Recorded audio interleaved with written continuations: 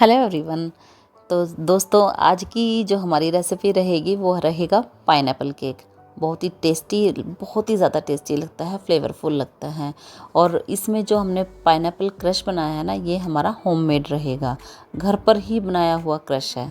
तो चलिए कर लेते हैं अपनी वीडियो को स्टार्ट। तो सबसे पहले ये जो मैंने यहाँ पर बनाया है स्पॉन्ज, इसकी रेसिपी मैंने पहले शेयर की हुई है आपके सामने कई बार। तो पहले वहीं से मैं आपको जो लिंक दे दूँगी डिस्क्रिप्शन बॉक्स में, वहाँ से आप इस को चेक कर लीजिएगा।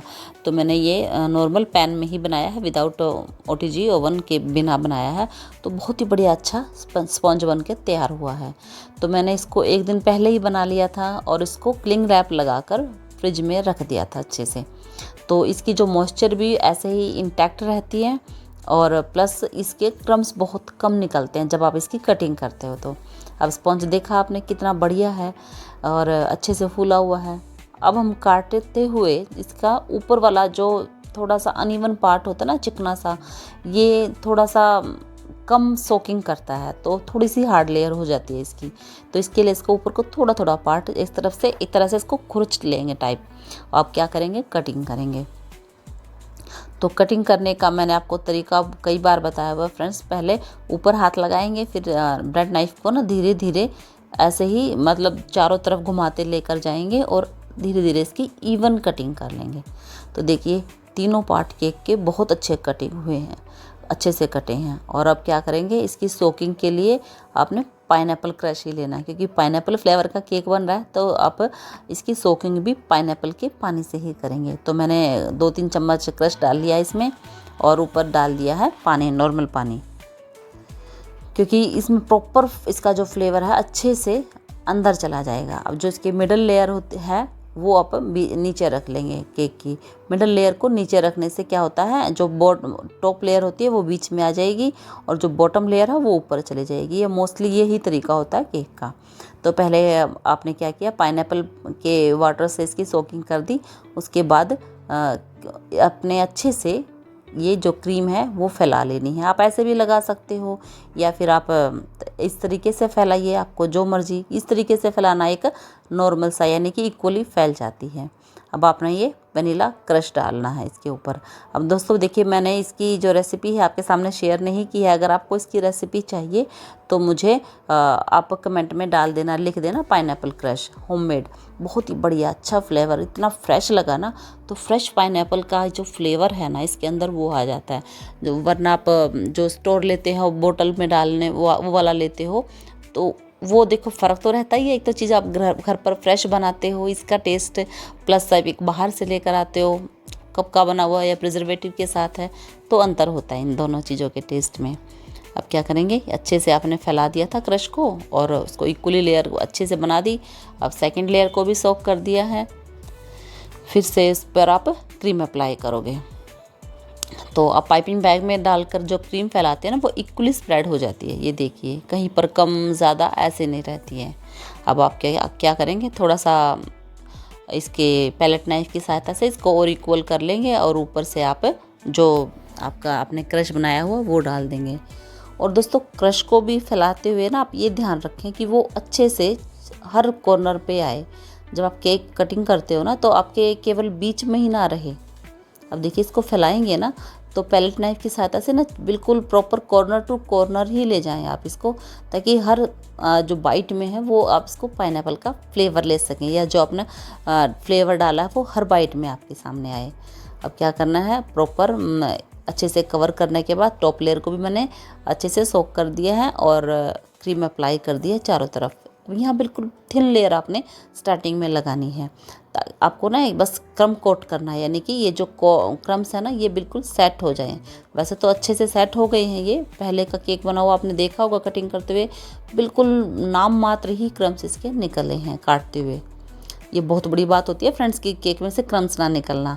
तो देखिए आपने मैंने बताया ना, अच्छा टाइम देंगे तो नहीं निकलते। अब क्रम कोटिंग हो गई है, अब इसको आधे घंटे से ज़्यादा मतलब 35 से 40 मिनट आप दें तो बहुत बढ़िया, वरना मिनिमम 30 मिनट्स तो आप इसको दे ही दें।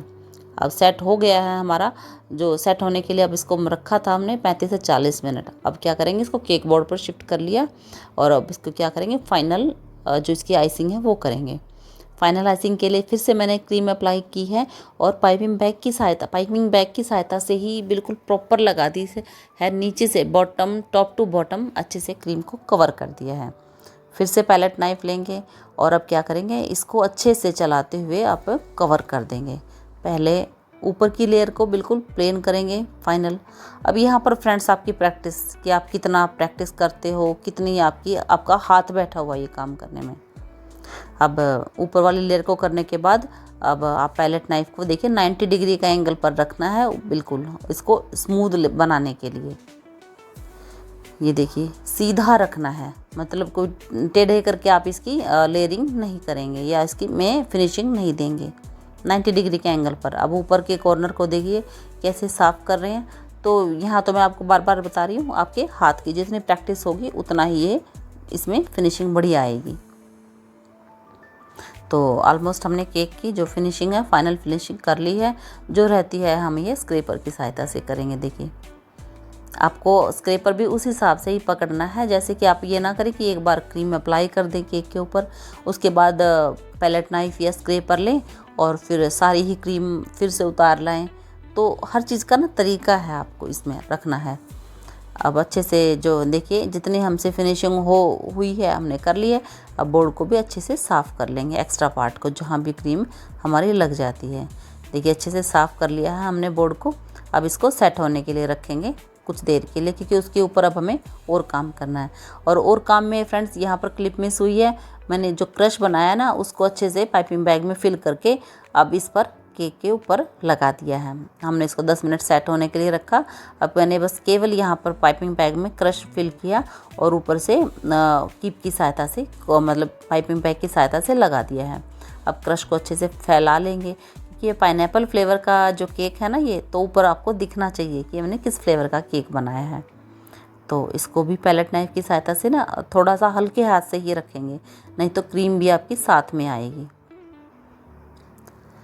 देखिए अच्छे से फैला लिया है हल्के हाथ से, बिल्कुल चारों तरफ अच्छे से फैलाकर अब आप इस पे जो मर्जी डिज़ाइन देना चाहें, हल्का फुल्का चॉकलेट का दे सकते हैं, वाइट क्रीम दे सकते हैं, कुछ भी। पहले वाइट क्रीम से मैंने नीचे का जो बॉर्डर है और डिज़ाइन है वो बना लिया है। देखिए तो जो भी नोज़ल वर्क करना चाहें, देखिए ड्राइंग में तो जो भी जिस हिसाब से आप कोई डिज़ाइन बनाएंगे वही अच्छा लगता है। तो यहाँ पर भी मैंने बना दिया है। अगर आप और ज़्यादा इसमें कलर्स ऐड करना चाहते हैं वो आपकी मर्ज़ी है।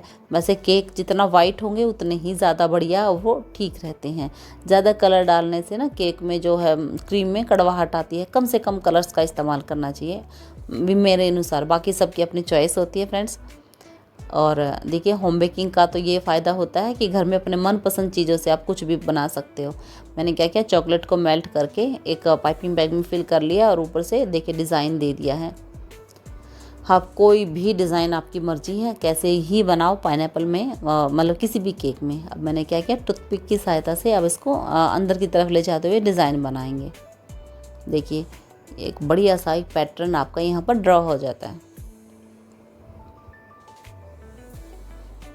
देखने में बहुत ही बढ़िया लगता है और बनाना भी बहुत ही आसान है। तो देखिए आपका ये अच्छा सा डिज़ाइन बनकर तैयार हो गया है। अब मुझे कुछ खाली खाली लग रहा था तो मैंने फिर से सोचा इसके अंदर कुछ नोज़ल वर्क किया जाए जहाँ पर मुझे लगा। जहाँ पर आपको खाली लगता है, आपको लग रहा है कि यहाँ मुझे भरने की ज़रूरत है या यहाँ पर आपको कुछ भी काम करने से अच्छा इसमें लुक आएगा, तो आप वो कर दीजिए चेंज। तो मैंने इस पर ये डिज़ाइनिंग कर दी है। तो देखिए मेरे अकॉर्डिंग ये काफ़ी अच्छा लग रहा है, बहुत अच्छा लग रहा है और उसका टेस्ट भी एकदम अमेजिंग आया था। बहुत ही अच्छा टेस्ट इसका मिला है। और केक का टेस्ट जितना आप इसको रखोगे ना सेट होने के लिए, उतना ही बहुत अच्छा आएगा बाद में।